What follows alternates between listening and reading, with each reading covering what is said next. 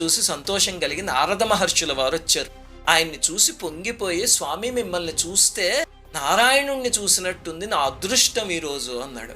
అప్పుడు ఆయన, నాయన నీ తండ్రి నరకంలో నానా బాధలు పడుతున్నాడు అని చెప్తే, ఎలాగ స్వామి విమోచనం అని అడిగితే, నాయన కార్తీక శుద్ధ ద్వాదశి వస్తోంది కదా, ఆ రోజు సాలగ్రామ దానం చెయ్యి, నీ తండ్రికి విమోచనం కలుగుతుంది అన్నాడు.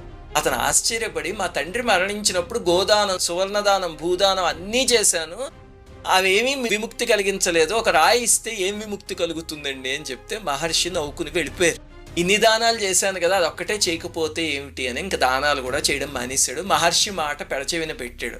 మానవ జన్మ నుంచి పడిపోయి పులి, కోతి, ఎద్దు మొదలైన జన్మలు ఎత్తి ఆఖరిలో ఒక స్త్రీగా పుట్టాడు.